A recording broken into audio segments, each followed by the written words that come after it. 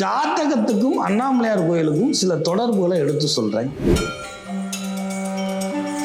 தான் கம்பீரமாக ராஜகோபுரத்தில் வராமல் வர்றவனுக்கு வழிவிட்டு வரக்கூடிய அற்புதமான நிகழ்வு. அப்ப என்னன்னா,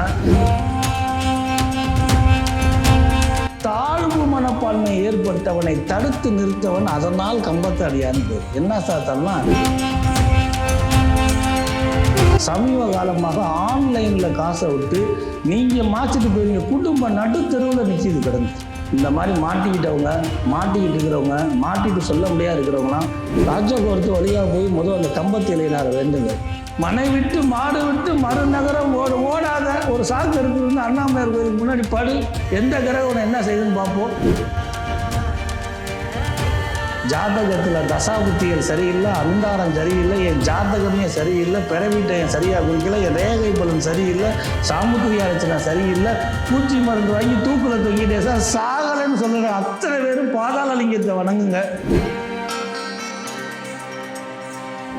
ஜாதகத்தை பொய்க்க வைக்கக்கூடிய நிலவு திருவண்ணாமலை கோயிலில் நடந்து கொண்டு விட்டது. திருவண்ணாமலையில பார்க்கக்கூடிய பிரதோஷம் 16 பிரதோஷத்துக்கு பலன் கொடுக்குமா? உன்னுடைய குறிப்பறிந்து என்னை வந்தா நீ சரணாகதி அடைஞ்ச போ அப்படின்னு பலன் கொடுக்கறதுனால கூட்டம் மேல கூட்டம் கூடியது, நிகழ்காலத்தில் நடக்கக்கூடியது, ஆண் பிள்ளை வாரிசு கிடைக்கக்கூடிய அற்புதமான அமைப்பு. கிரிவலத்தில் மட்டும் இல்லை, அண்ணாமலையை வணங்கக்கூடிய அமைப்பு.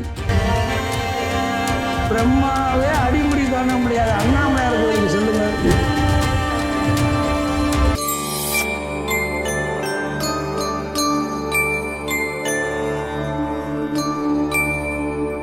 உலகெங்கும் இருக்கும் டெம்பிள் எக்ஸ்பிரஸ் நேயர்கள் அனைவருக்கும் திருவண்ணாமலை ஆனந்தாழ்வாரின் இனிய வணக்கம். சார், மனிதனை முகப்பாக்கும் கண்ணாடியாக இருக்கக்கூடியது ஜாதகம்.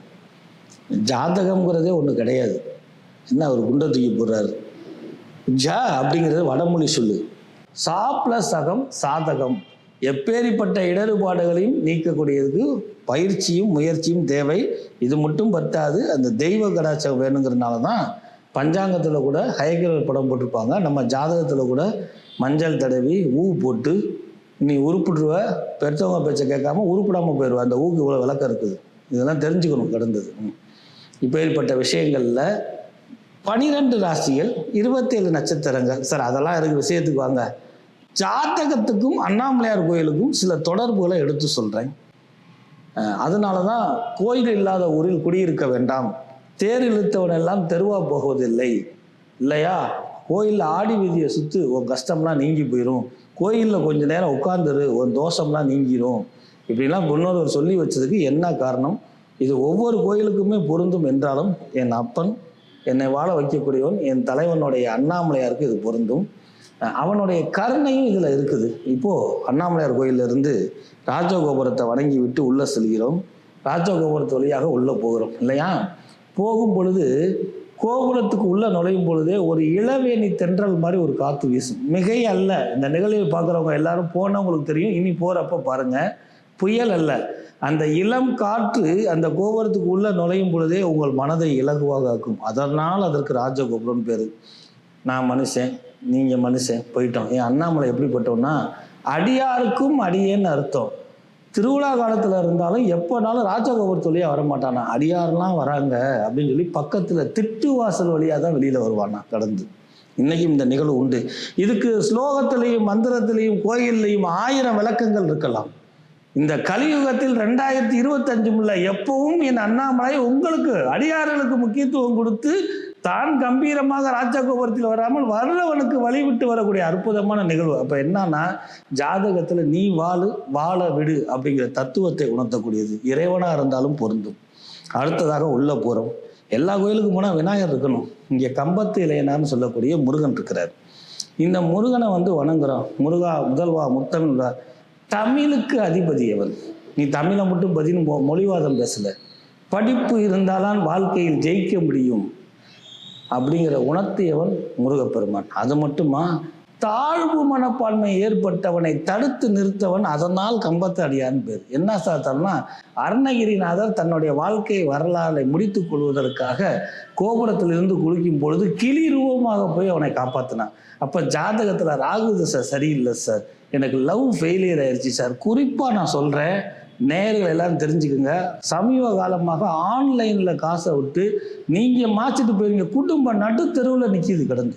இந்த மாதிரி மாட்டிக்கிட்டவங்க, மாட்டிக்கிட்டு இருக்கிறவங்க, மாட்டிட்டு சொல்ல முடியாது இருக்கிறவங்களாம் ராஜகோரத்து வழியாக போய் அந்த கம்பத்து இலையினாரை வேண்டுங்க. ஷாவு நமக்கு வாழ்க்கையை திறப்பு தராது. உங்கள் குடும்பத்தில் தெருவாக விடாமல் இருக்கணும்னா அண்ணாமலையார் கோயிலுக்கு போகிறதும் அந்த அருணகிரி வழிபட்ட முருகனையும் வழிபாடு பண்ணுங்க. எந்த ரூபத்திலையாவது உங்களுக்கு தீர்வு கிடைக்கும். அப்போ தாழ்வு மனப்பான்மையை நீக்கக்கூடிய ஜாதகத்தில் ராகு 17 சார், சனி பார்த்தா பாலு சார், சனி தசை நடக்குது சார், எனக்கு மனை விட்டு மாடு விட்டு மறுநகரம் ஓடாத ஒரு சாக்கு எடுத்துட்டு வந்து அண்ணாமலையார் கோயிலுக்கு முன்னாடி படு, எந்த கிரகம் என்ன செய்யுதுன்னு பார்ப்போம். அற்புதமான நிகழ்வு. தாழ்வு மனப்பான்மை நீங்க. கேது தசை கல்யாணமே ஆகலை, சன்னியாசியா போயிடலாமா? அண்ணாமலையார் கோயிலுக்குள்ள போங்க, உங்கள் வாழ்க்கையை திருத்தக்கூடிய அமைப்பு. அதை கடந்து வருகிறோம். அண்ணாமலையாரை உள்ளே செல்லும் பொழுது நான தபோவனரை வா என்னும் மலைக்கும் மலை அப்படின்னா சார் 14 லட்சம் பேர் இல்லை, 40 லட்சம் இல்லை, 85 லட்சம் பேர் போகிறான். அப்போ எல்லாம் நான தபோவனரா? வேதத்துக்கு இது உகந்ததா? ஆனந்தாழ்வார் திறமையாக பேசுகிறார். நான் பேசலை. 85 லட்சம் பேர் மட்டும்தான் போயிருக்கிறான். 1 கோடி பேர் இன்னும் போகலை. அது எங்கே போகிறது? இன்னும் நானும் தபோவனரா அண்ணாமலையார் அழைக்கலைன்னு அர்த்தம். கிரிவலம் போகிறதுக்கும் அண்ணாமலையார் சேவிக்கணும் அவன் நினைத்தான். அதைத்தான் ஒரு பாட்டில் சொன்னான், அவனை அவன்தான் வணங்கினான். 85 லட்சம் பேர் கூட்டம் போகுது, பெருமையா? அல்ல. ஆந்திரா கூட்டம் வருது, பெருமையா? இல்லை. இவன் நினைச்சா அவன் போகிறான், மீதி போகாதவங்களாம் என்ன செய்யறது? அவனுக்கும் அந்த பாக்கியம் கிடைக்கணும்னு மனமுருக பிரார்த்தனை பண்ணுங்க. இது ஒன்று. அப்போது ரமணர் வழிபடுறாரு. பாதாள லிங்கம் அப்படின்னு பேர். சார், நான் பாதாளத்தில் விழுந்துட்டேன் சார், எல்லாத்தையும் மனைவி மக்கள் அழிஞ்சிட்டேன், தீய வழக்கத்துக்கு ஆளாகிட்டேன், இப்போ தான் எனக்கு நாணம் வருது, என்ன செய்யுதுன்னு தெரியல சார். கவலைப்படாத, அங்கேயும் அந்த லிங்கம் இருக்குது.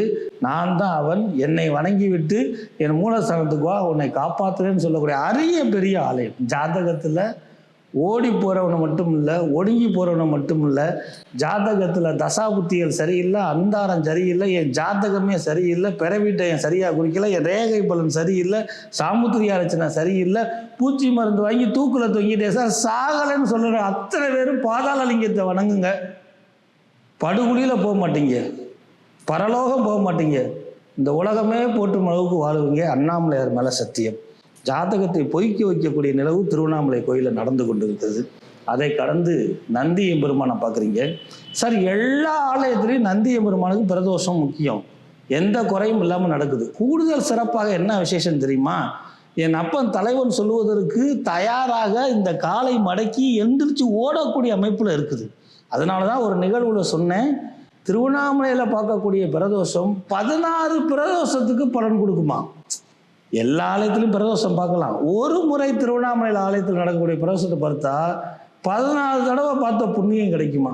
குறிப்பறிந்து அப்படின்னா அண்ணாமலையார் மதுரைக்காரன் வந்திருக்கிறான், மெட்ராஸ்காரன் வந்திருக்கிறான், இந்தவன் அடிக்கடி எனக்கு இது பண்ணுறான்டா, இவனை போய் காமிப்பா, அவனுக்கு என்னான்னு பாருடான்னு உத்தரவிடுவதற்கு எழுந்து ஓட தயாராக இருக்கக்கூடியவன் என் நந்தி எம்பெருமான். என்ன கவலை அவனுக்கு? அவன் பாதத்தில் போய் சரணாகதி. அதை நீ படைச்ச ஜென்மா, நீ தான் ராசி கொடுத்த, நீ தான் நட்சத்திரம் கொடுத்த, அப்பா அம்மா யாருன்னு தெரியாது. எனக்கு ஜாதகம் எழுதுறப்ப கூட சிவாய நமக உன் பிள்ளையாரோட நமகனை எழுதுறாங்க, நான் பாடா படுத்துறேன்னு நில்லு, நந்தி எம்பெருமான் உன்னை காப்பாற்றுவான். அப்போ ராசி நட்சத்திரங்களுக்கு அப்பாற்பட்டு நடக்கக்கூடிய அரிய செலவு அதெல்லாம் கடந்து போனோம்னா வைஷ்ணவ சேத்திரத்தில் மட்டுமே இருக்கக்கூடிய சக்கரத்தாழ்வார் இல்லையா. ஆனால் இங்கே அண்ணாமலையார் சன்னதியில் இருக்கக்கூடிய கால பைரவர் பார்த்தீங்கன்னா சக்கரத்தாழ்வார் மாதிரியே ரவுண்டாக இருப்பார். இந்த அகில லோகத்தில் கால பைரவருக்கு காசி ஃபேமஸ்ஸு, பைரவாபுரம் ஃபேமஸ்ஸு, நிறையா இடம் இருக்குது. நம்ம நிகழ்ச்சியில் ஒவ்வொரு ஆலயத்தை பற்றியும் சொல்ல இருக்கிறேன், இது முடிக்க நீங்கள் பார்க்காத ஆலயத்தில். ஆனால் இங்கே கால பைரவர் சக்கர வடிவில் இருப்பார். கடந்து வாழ்க்கையில் என்ன சக்கர வினை வச்சுட்டான் சார், கால பைரவர்கிட்ட போய் சரணாகதி இடம் சார். இல்லை சார், நான் ஏதோ தெரியாமல் நாய் அடிச்சுட்டேன், கார் அடிச்சுட்டேன், போன ஜென்மத்தில் கோயிலை இடிச்சிட்டேன்னு சொல்கிறாங்க சார். இப்போ எங்கள் வீட்டில் அடிக்கடி பூரி கட்டவா ஓயாமல் உடஞ்சி போகுது சார், என் முதுகு தான் வீங்குது சார். கால பைரவர் போய் சரணாகதியாட அடி வாங்க வேண்டிய அவசியம் இருக்காது. அவ்வளோ அரிய பெரிய நிகழ்வு. உன்னுடைய வாழ்க்கை சக்கரம் உடம்புல இருக்கக்கூடிய அஷ்டமா சக்திகள் சக்கரத்தை இயங்க வைக்கக்கூடிய அமைப்பு காலபைரவர். அதற்கு அடுத்து கொடிமரம். கொடிமரத்துக்கிட்ட போய் கொடி ஸ்தம்பஸ்தம் அப்படின்னு சொல்லி கீழே விழுந்து வணங்கும் பொழுது ஒரு விஷயம் சொல்கிறேன். நம்மளை பிடிச்ச பீடை அப்படிங்கிற கதை, நம்மளை பிடிச்ச கிரகம் இருக்குதுல்ல, கோயிலுக்குள்ளே போகிறப்ப என்ன செய்யணும்னா பின்னாடியே வருமா. ஏன்னா நானும் கோயிலுக்குள்ளே இருக்கிறேன்டா அப்படின்னு சொல்லி இல்லையா. நம்ம நந்திக்கிட்ட போகிறப்ப என்ன செய்யும்னா, இவன் போட்டு கொடுத்துருவான்டா அப்படின்னு சைடில் போய் நிற்குமா. கரெக்டா? அதுக்கு அடுத்து கொடி மரத்துக்கிட்ட போய் இவன் சரணாகதி அடைஞ்சப்போ பின்னாடியே கிரகம் ஓடி போயிருமா நடந்து. நவ கிரகமும் 9 கிரகமும் கொடி. அதனாலதான் கொடி மரத்துல பெரியவங்க போனா இன்னைக்கு வயசானவங்க எழுந்து நடக்க முடியாத விழுந்து கும்பிடக்கூடிய சம்பவம் நடந்துகிட்டு இருக்குது. அந்த கொடி மரத்தை வணங்கும் பொழுது அதான் அந்த பாட்டு வந்துச்சுன்னா, கோளாறு பதியம். கோள் என்ன செய்யும், சனி என்ன செய்யும், ராகு என்ன செய்யும், செவ்வாய் என்ன செய்யும், என் அப்பனுடைய கொடிமரத்து கம்பத்தடின்னு அதுக்கு பேரு. ஏன் பயப்படுறீங்க? ஜாதகத்துல எந்த திசை வேணா நடக்கட்டுமே, செல்லுங்கள் அண்ணாமலையார் கோயிலுக்கு, வணங்கள் கொடிமரத்தை.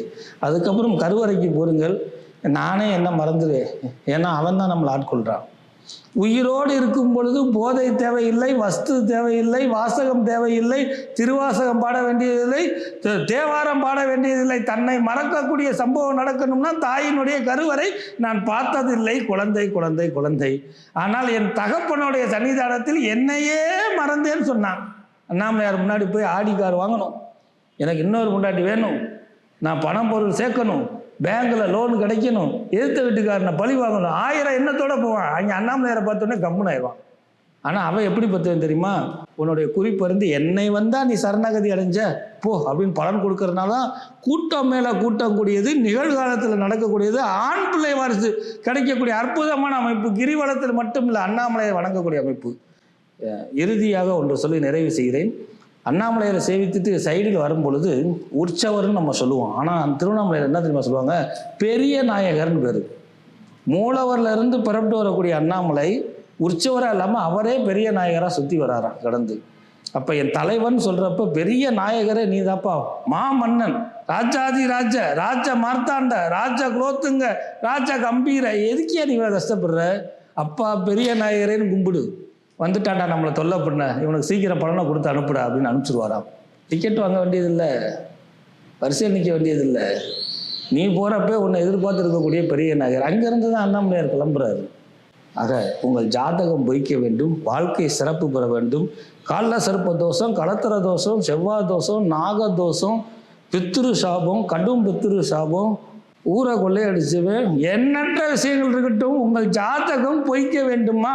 சார் பிரம்மா கோயிலுக்கு போகணும், பிரம்மாவே அடிமுடி காண முடியாது, அண்ணாமலையார் கோயிலுக்கு செல்லுங்கள், உங்கள் ஜாதகம் பொய்க்கும், மாறாக நற்பலன் கூடும். நீங்கள் மட்டும் இல்லை, உங்கள் குலமும் செழிப்பும் பெறும் சொல்லி உங்களிடமிருந்து விடைபெறுவது திருவண்ணாமலை ஜோசியர் டி. ஆனந்தாழ்வார். வணக்கம்.